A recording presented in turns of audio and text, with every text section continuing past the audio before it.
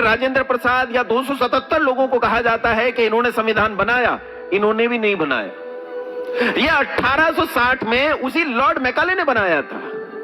ये वही संविधान है, वही आईपीसी है, वही इंडियन पिनल कोड है और आज भी चल रहा है। आप उसमें उठाकर पढ़ो कंपनी एक्ट 1860, इसका क्या मतलब है? 1860 में कंपनी एक्ट तैयार किया गया था, उसमें सन पड़े हुए हैं। आप मुझे 1947 के बाद के एक्ट दिखाओ कितने। मैं आपसे कह ही रहा हूं कि 1835 में जो एजुकेशन बनी थी वो इस देश में गुलामों की फौज तैयार करने की एजुकेशन बनी थी और उसी एजुकेशन को तुम पढ़ रहे। ये एजुकेशन जो कुछ हम पढ़ रहे हैं ये डिजाइन की गई है। किसके द्वारा? ये उनके द्वारा डिजाइन की गई है जो इस देश पर गुलाम बनाने आए थे। अच्छा, गुलाम बनाने वाला शासक और किसी देश में जाकर किसी को गुलाम बनाएगा और फिर उन्हें शिक्षा देगा, तो शिक्षा कैसी देगा? वो गुलाम बने रहे ये शिक्षा देगा या वो शासक बन जाए ये शिक्षा देगा? गुलाम बने रहे ये शिक्षा देगा। और शिक्षा यही बनी जो 1835 का एजुकेशन था वही आज चल रहा है। और ये समझ लेना जो एनईपी 2020 आया, नेशनल एजुकेशन पॉलिसी 2020, ये वही है, कोई फर्क नहीं। ये वही एजुकेशन है जो एजुकेशन मैकाले ने 1835 में बनाया। ताज्जुब की बात तो यह है, आपके देश में इस समय जो इंडियन पिनल कोड चलता है, जिसे आप भारतीय संविधान कहते हो, किसने बनाया था? नहीं, अभी किसका नाम लिया जाता है? किसने बनाया था? डॉक्टर राजेंद्र प्रसाद ने? किसने? अरे अच्छा, संविधान समिति तो 277 लोगों की थी और उनके अध्यक्ष तो डॉक्टर राजेंद्र प्रसाद थे। तो फिर ये भीमराव अंबेडकर ने कैसे बनाया? नहीं, मैं विरोध में नहीं हूं, इस बात को समझने का प्रयास करो। डॉक्टर भीमराव अंबेडकर इन्हीं 277 लोगों में थे जिन्होंने संविधान बनाया। तो डॉक्टर भीमराव अंबेडकर ने संविधान बनाया, लेकिन क्या डॉक्टर राजेंद्र प्रसाद ने नहीं बनाया?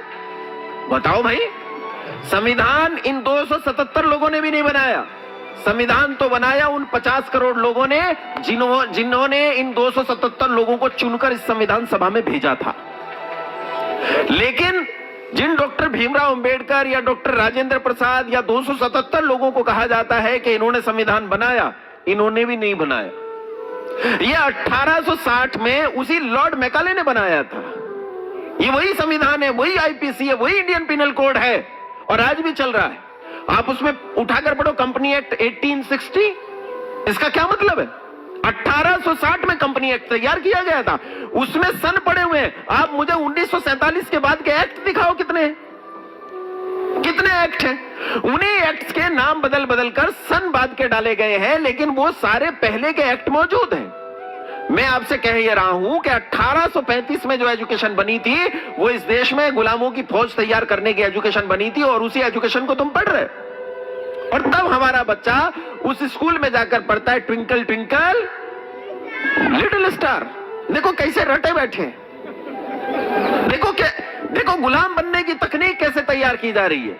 यह आखिरी बात समझा रहा हूं, इस बात को अच्छे से समझ लेना। स्कूल में जो शिक्षा दी जा रही है उससे गुलाम तैयार हो रहा है। वहां पढ़ाया जाता है who has seen the wind? Neither I nor you, but when the leaves are trembling, the wind is passing through. कहते हैं who has seen the wind? किसने हवा को देखा? Neither I nor you, ना मैंने देखा है ना तुमने देखा है। पर कहते हैं पर when the leaves are trembling, जब पत्तियां खड़खड़ाती हैं, हिलती हैं, the wind is passing through, तो हवा उनके बीच में से गुजर रही है। लेकिन आपके गुरुकुल में जब बालक को पढ़ाया जाता है तो वहां कहा जाता है कि देखने के कई आयाम हैं, कई तरीके हैं। रूप को किससे देखते हो? बोलो भाई। लेकिन स्वाद को किससे देखोगे? जीभ से। शब्द को किससे देखोगे? कान से। और स्पर्श को किससे देखोगे? बताओ, who has seen the wind? आपने नहीं देखा हवा को? देखा है कि नहीं देखा? क्या कहते हो, हवा कैसी चल रही है? जब सर्दियों में हवा चलती है तो कैसी हवा? ठंडी हवा। और जब लू चलती है तो क्या बोलते हो? गर्म हवा चल रही है। बोलो, तुमने हवा को देखा है कि नहीं देखा? किससे देखा? त्वचा से देखा। ये मेरी श्रोत्र इंद्रिय है, ये मेरी चक्षु इंद्रिय है, ये मेरी नासिका इंद्रिय है, ये मेरी जिह्वा इंद्रिय है, ये मेरी त्वक इंद्रिय है। ये कहां पढ़ाया? ये केवल एंटरप्रेन्योर ही तैयार नहीं होते गुरुकुल में आईपीएस भी तैयार होते। एक 16 साल का लड़का एक बार पकड़ लिया अंग्रेज पुलिस ने पकड़ लिया तो इसे कोड़े लगाए गए और इसे बहुत दुख हुआ कि मुझे पकड़ लिया। तो इसने कहा कि मैं पहली बार पकड़ा गया हूं, लेकिन यह आखिरी बार है। मेरा नाम आज के बाद आजाद होगा। जब तक जीऊंगा अंग्रेज सरकार की पुलिस मेरे शरीर को हाथ नहीं लगा पाएगी। आजाद जीऊंगा, आजाद मरूंगा। लोग इसे पंडित चंद्रशेखर आजाद के नाम से जानते हैं। वो लोग जानते हैं कि नहीं जानते? वो लोग गुरुकुल आईपीएस तैयार करता है कि नहीं करता? चंद्रशेखर आजाद बहुत कुछ नहीं पढ़े, लेकिन थोड़ा पढ़े, पर जितना पढ़े गुरुकुल में पढ़े। कहां पढ़े थे? गुरुकुल में पढ़े थे चंद्रशेखर आजाद। किसी स्कूल में नहीं पढ़े चंद्रशेखर आजाद। चंद्रशेखर आजाद जैसा आईपीएस तैयार करने की योग्यता है, इतने बड़े बड़े एंटरप्रेन्योर तैयार करने की योग्यता है। और पंडित युधिष्ठिर मीमांसक लिखते हैं ऋषि दयानंद के संबंध में, उस काल में जब इस देश की आबादी मुश्किल से 8-10 करोड़ लोग रही होगी, 8-10 करोड़ में 50 लाख लोग तो सीधे सीधे ऋषि दयानंद से प्रभावित थे। सीधे सीधे। इनडायरेक्ट कितने प्रभावित होंगे उसकी तो कथा क्या। और जिस समय ऋषि दयानंद इस देश में अपने प्रवचनों से आग उगल रहे थे, उस समय पश्चिम के अखबार थर्राए हुए कांप रहे थे। आज भी पश्चिम के अखबारों की प्रतियां मौजूद हैं जो लिखती हैं कि पूरब में एक ऐसी अग्नि जल रही है, यदि इस अग्नि को जल्दी ही नहीं बुझाया गया तो यह समूचे ईसाइयत को जलाकर खाक कर देगी। गुरुकुल यह पैदा करता। मैं ये नहीं कह रहा हूं कि गुरुकुल में जितने जाते हैं वो सब दयानंद बनते हैं, सब शेखर बनते हैं, सब रामदेव बन जाते हैं, सब ये नहीं कह रहा हूं। लेकिन ये जरूर कह रहा हूं कि गुरुकुल में जाने पर उनके ये बनने की संभावनाएं प्रबल हैं। तुम्हारे स्कूलों में उनके ये बनने की संभावनाएं बहुत दुर्बल है, बहुत कम है, क्षीण है। इसलिए अब प्रयास करो कि अपने बच्चों को गुरुकुलों में भेजो। अगर तुम्हारे घर में बच्चे नहीं है तो जो भी निकटस्थ गुरुकुल हो, आसपास कोई गुरुकुल होगा, यहीं मध्य प्रदेश के आसपास राजस्थान है, दिल्ली है, उत्तर प्रदेश है, गुजरात है, जहां भी आसपास निकटस्थ गुरुकुल हो वहां गुरुकुलों को सहयोग भेजो। जितना उन्हें सहयोग करोगे उतना लोग बढ़ेंगे। आप कुछ कह रहे थे बीच में?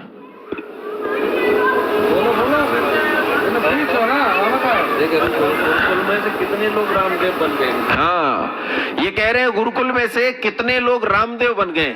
वैसे तो स्वामी रामदेव के जो एंटरप्रेन्योरशिप चलती है उसी में कई हजार होंगे, कई हजार सन्यासी ब्रह्मचारी सफेद कटिवस्त्र वाले, लाल कटिवस्त्र वाले वहां घूमते हैं जो इतने बड़े बड़े लोगों पर शासन करते हैं। वैसे तो वहीं बहुत सारे, लेकिन कितने बने हैं इसका आकलन नहीं कर सकता। और सीधे कहता हूं कि ये देश अगर आज रुका हुआ है ना, थमा हुआ है, तो वो इन्हीं के कारण थमा हुआ है। मैं एक व्यक्ति, मेरा उनसे कुछ बातों को लेकर मतभेद हो सकता है। आजकल एक शंकराचार्य है स्वामी निश्चलानंद सरस्वती। स्वामी निश्चलानंद सरस्वती से मेरा बहुत सारी बातों पर मतभेद हो सकता है, लेकिन मतभेद होना एक दूसरी बात है और विद्वत्ता होना वो दूसरी बात है। उस व्यक्ति के पास खड़े होकर आप देखना कि गुरुकुल क्या तैयार करता है। मेरे मत का नहीं है, मेरे विचार का नहीं है, मेरे मतभेद है, उससे हजार मतभेद है, लेकिन आप खड़े होकर जानेंगे कि किस स्तर की योग्यता है, किस स्तर की योग्यता है। और ऐसे आज इस देश में रामदेव तो नहीं बन सकता कोई। उसका कारण यह है कि आज तक सचिन तेंदुलकर सुनील गावस्कर नहीं बना भाई, विराट कोहली सचिन तेंदुलकर नहीं बना, और एक नया लड़का विराट कोहली नहीं बन सकता। उसके बाद आपने उसी प्रसंग में आगे कहा तो संतुष्ट हो गए। हाँ, मैं कह ये रहा हूं कि वो नहीं बन पाए, स्वामी रामदेव या दयानंद कोई नहीं बन पाया, लेकिन वो अलग बनेंगे, उनका अलग व्यक्तित्व है। और बल्कि गुरुकुल आपको यही सिखाता है। वो आचार्य प्रशांत से ये कभी नहीं कहता कि तू आचार्य सत्यजीत बन, ये कभी नहीं कहता कि तू दयानंद बन, तू श्रद्धानंद बन, तू लेखराम बन। गुरुकुल आपको यही सिखाता है, तेरी अलग एंटिटी है, तेरा अलग अस्तित्व है, तू प्रशांत है, तू प्रशांत बन। वो प्रशांत को प्रशांत बनना सिखाता है, योगेश को योगेश बनना सिखाता है। वो कहता है इस योगेश में विलक्षणता पैदा कर, इस प्रशांत में विलक्षणता पैदा कर। ये विलक्षणता पैदा होगी तो निश्चित रूप से संसार का कल्याण होगा। इसलिए बंधुओं, माताओं, भ्राताओं, काकाओं, भाइयों, आप सबसे ये जरूर प्रार्थना करूंगा, आग्रह करूंगा कि एक इकन्नी की सहायता ना करो, लेकिन अपने बच्चे गुरुकुल में पढ़ाओ, गुरुकुल में पढ़ाओ। और आजकल तो मैं आपको बताऊं, आजकल तो ऐसा नहीं है।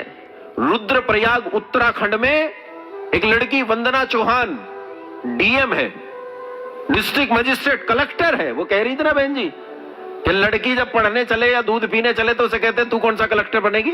वो तो बन गई, वो तो बन गई। कहां पढ़ी है? छोटीपुरा गुरुकुल में पढ़ी है और 12वीं रैंक के साथ उसने आईएएस की परीक्षा पास की है, 12वीं रैंक के साथ। और सुनो, उसी का भाई वो भी गुरुकुल में पढ़ा, उसने 225वीं रैंक के साथ, लड़का है, पीछे रह गया। लड़के देर में मैच्योर होते हैं भाई, लड़की जल्दी मैच्योर हो जाती है, ये स्वाभाविक प्रकृति का नियम है। लड़कियां मैच्योर जल्दी होती हैं। वो 200वीं रैंक के साथ आईएएस की परीक्षा पास की और ऐसे आईएएस पीसीएस अब गुरुकुलों से कतार लगाकर निकल रहे हैं। हमने कभी इस तरफ सोचा ही नहीं था, अब सोच रहे हैं तो निकल रहे हैं। तो इसलिए मैं ये कहता हूं, एक ही कन्नी का सहयोग करो या ना करो, वो तो हम कर लेंगे, हमें भीख मांगनी बहुत बढ़िया आती है। तुम में से ही हूं मैं, समझ रहे हो? वैसे भी तुम में से ही हूं वैसे भी तो मेरे तो पूर्वज भीख मांगते चले आए, और पूर्वजों का इतिहास रहा है भैया भीख मांगने का। कहानी यहां से शुरू होती है कि एक गांव में एक भूखा गरीब ब्राह्मण रहता था।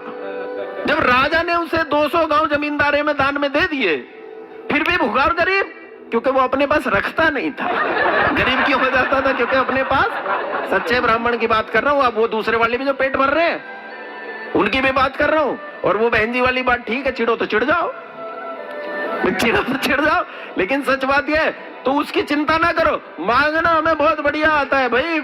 1,96,08,53,123 साल से मांग रहे हैं, इससे बड़ा अनुभव है किसी पे? तो मांगने की चिंता नहीं है, लेकिन तुम अपना विचार बदलो कि तुम्हारी शिक्षा कहां है, कहां स्थापित है और कैसे तुम उस शिक्षा को साधन बनाकर विद्या तक पहुंच सकते हो। बहुत धन्यवाद, सभी को प्रणाम।